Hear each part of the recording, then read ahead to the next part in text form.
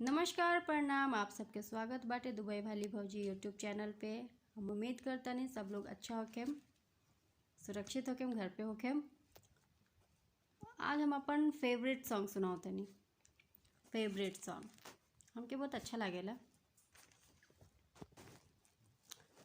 सात फेरा होला सातो जन्म के, कबहू ना साथ छूटे हमारा बलम के।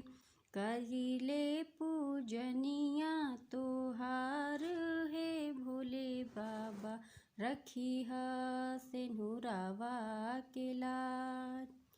हे भोले बाबा रखिहा सिंदूरवा के लाज।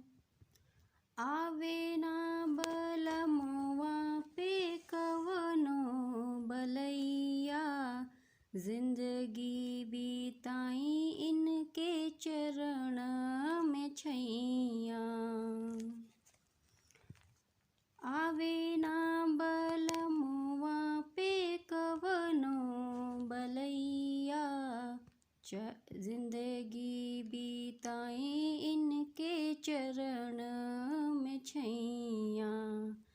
पिया से बट सुरह सिंगार है भोले बाबा, रखिहा सिंदूरवा के लाज। हे भोले बाबा रखिहा सिंदूरवा के लाज। कवन कसूर नाही कईनी कसम से, का जाने पिया काहे रुसल बाड़े हमसे।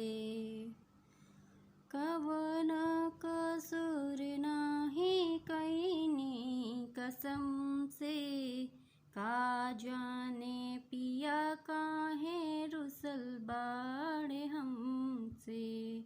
पिया त हैं जिए के आधार है भोले बाबा, रखिहा सिंदूरवा के लाज।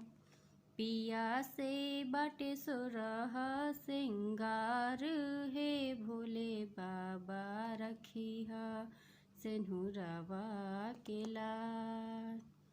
सात फेरा होला सातो जन्म के, कबहू ना साथ